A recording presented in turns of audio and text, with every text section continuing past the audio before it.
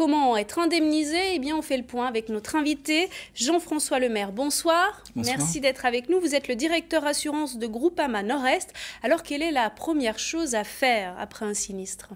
Alors on le voit bien dans le reportage que vous venez de diffuser, ces inondations, ça met les entreprises et également les particuliers dans des situations compliquées. Je dirais que la première chose à faire, c'est d'abord de ne pas prendre de risques soi-même pour mettre en sécurité les biens. Il faut évidemment se protéger soi-même. Et puis il faut rapidement et le plus rapidement possible saisir son assureur. Il y a plein de moyens de pouvoir le faire par téléphone, en se rendant en agence, en envoyant un mail. L'avantage pour l'assureur dès qu'il est prévenu, c'est de pouvoir détecter les situations d'urgence et par exemple, on a pu avoir quelques situations comme celle-là, de proposer des solutions de relogement. On a combien de jours pour déclarer un sinistre?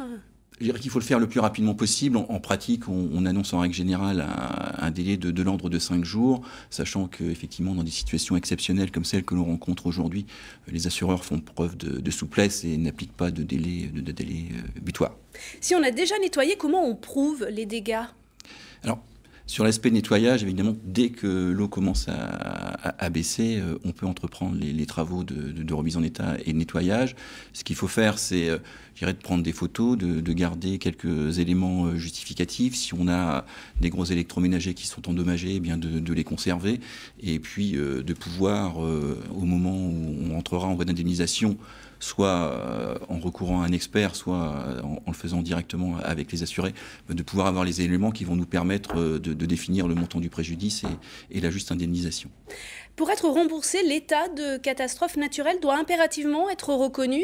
Alors, dans des événements comme ceux que l'on rencontre, et notamment des inondations sur notre région, le principe qui existe effectivement, qu'il faut un arrêté de catastrophe naturelle qui soit rendu et qui soit publié au journal officiel.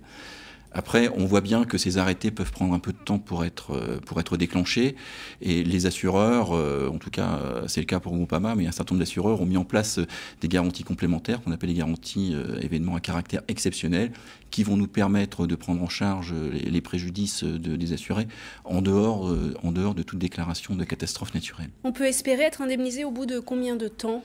Ça dépend des situations, ça dépend de l'importance des dommages. Sur des dommages minimes, on peut être remboursé très rapidement sans que nous ayons besoin de faire appel à un expert pour aller évaluer les préjudices. Donc ça peut prendre une quinzaine de jours.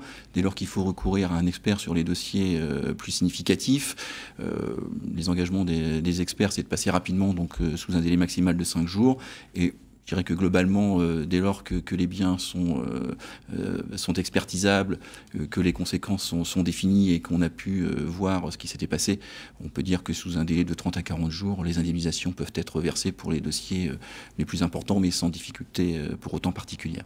Merci beaucoup Jean-François Lemaire donc pour ces conseils d'assureurs après ces épisodes d'inondation.